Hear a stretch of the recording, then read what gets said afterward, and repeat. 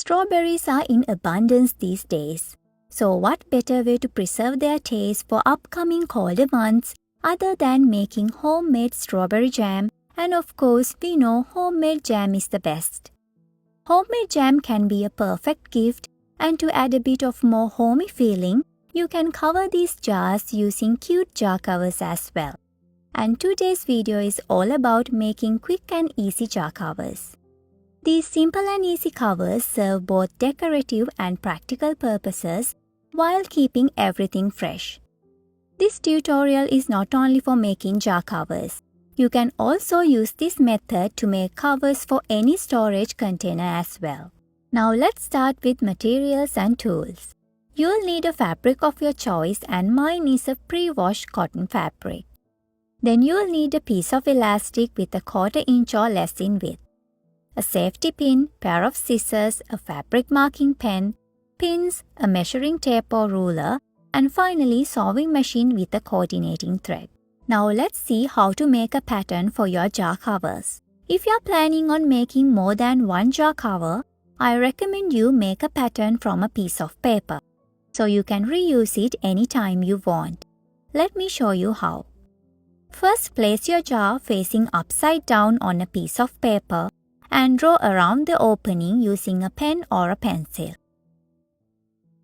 Then remove the jar and measure 2 inches away from the drawn circle and mark those points in 4 basic directions. I mean, you can use more than 4 points. Just make sure you mark enough points for the next step, which is connecting those marked points to make a bigger circular shape. Basically, your pattern is gonna be a simple circle. You can even use a bigger circular object to draw and cut out the pattern for this project. After you have drawn the bigger circle, cut around that, and this is gonna be your pattern for the jar cover. Now for myself, I'm going to show you how to make a pattern when you are planning on making only one jar cover or you just want to cut fabrics right away. If you followed us last week, I told you I'm going to use this cute embroidery pattern in making a jar cover, and that's exactly what I'm going to do. In that case, first I'm going to place 2 fabric pieces facing the right sides together. Then take your jar and place that upside down, covering the embroidery work you did for the jar cover top like this. Now outline around the jar opening using a fabric marking pen. After you have outlined around the jar opening, remove the jar and, as we did earlier, mark 2 inches away from the drawn circle in 4 basic directions.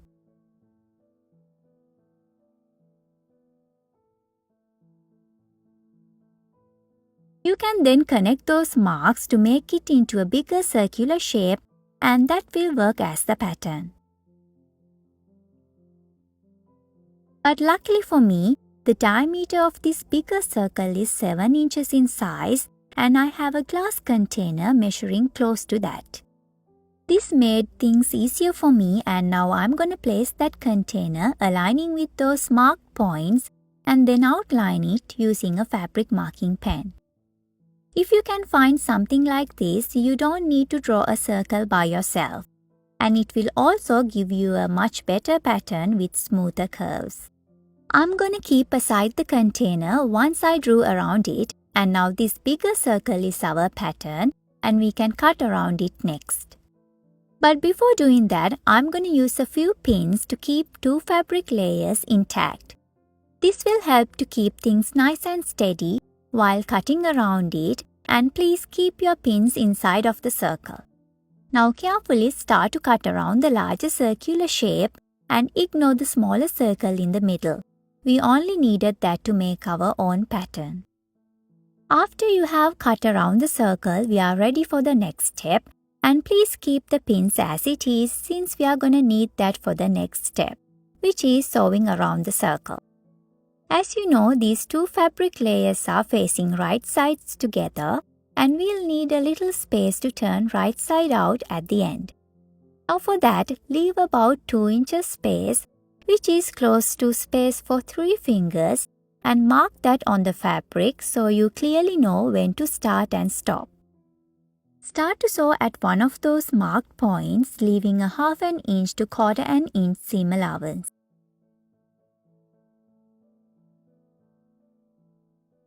As always, do a little backstitch at the beginning. You don't necessarily need to mark starting and ending points like I do. I do that, then there is one less thing for me to worry about. It's totally up to you. Since this is a circular shape, you'll need to move your fabric according to that and remove any pins in your way as you go. When selecting a fabric for jar covers, I recommend you to choose natural fabric like cotton or linen. The purpose of a jar cover is to prevent any contamination while letting it breathe through air circulation. For this to happen, you will need natural fiber like cotton or linen. Now when you reach the other marked point, do a little backstitch to end the sewing. Finally, trim all threads. Our next step is to turn the right side out. But before doing that, I'm going to make small cuts all around the fabric using the tip of my scissors. Now make sure not to damage any of the stitches while you are doing so. If you ask me why we need to do this, as far as I know, sewing curved seams create tension along the seam allowance, and it gets worse when you turn right side out without doing anything to treat that. Now what happens when you make small cuts like this is, it will release that built tension and you'll be able to get that nice curved shape once it's turned right side out. You can even trim some of the fabric around to reduce the bulky parts if you would like. But I'm just going to leave it as it is. Now it's time to turn the right side out and use the small space we left to do that. I need to be extra careful for this part since I don't want to damage my embroidery work. As you can remember, I left about 2 inches of space to turn right side out, and I recommend you not to leave more than that. Then it'll be much difficult when enclosing that opening at the end, since we need to work with elastic and all when going forward. Once you turn the right side out, try to pull everything out as much as you can using your hands. You can then use a rod with a blunt end to poke curvy edges like the way I do, and it will help to get a smoother shape. Before moving on to the next steps, I'm going to give it a good press to keep everything nice and flat. Since my jar cover has embroidery work, I'm not going to press that part directly. Now when you are pressing, make sure to press the seams inside at the unsewn area of the jar cover. Our next step is to top stitch an inner circle, leaving a 1/2 inch seam allowance from the margin. This will create a fabric tunnel-like casing, which we can enter the elastic band later. Start at any point and, as I mentioned earlier, always do a little backstitch at the beginning. Since our elastic band is 1/4 inch or less in its width, 1/2 inch wide fabric casing is more than enough for that purpose. When you reach the starting point, do a little backstitch to end the sewing. Trim all threads at the end. Now it's time to enter the elastic band, and before doing that, we need to measure how long we are going to need our band to be. For that, first wrap the elastic band around the opening of the jar without any stretching. Keep a mark or just hold the elastic at that point and then cut 2 inches less than that marked length. Now this will be your elastic band for the jar cover. Now to enter the elastic band through the fabric tunnel, you're going to need to use a safety pin. Pin one end of the elastic band to the safety pin and then enter the pin head through one side of the tunnel. Then push and pull the safety pin through the tunnel until it comes through the other end. Now make sure the other end of the elastic band stays outside. Don't let that end slip through the tunnel. Once the safety pin comes out of the other end, remove it from the elastic band.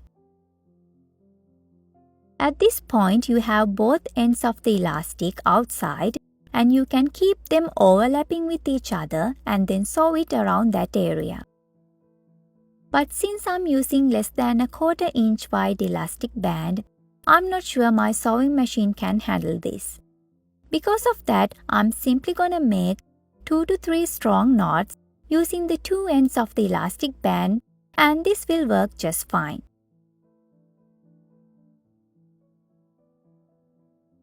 You can finally trim the band if needed. Then tuck away that knotted part and try to evenly spread the fabric along the fabric case.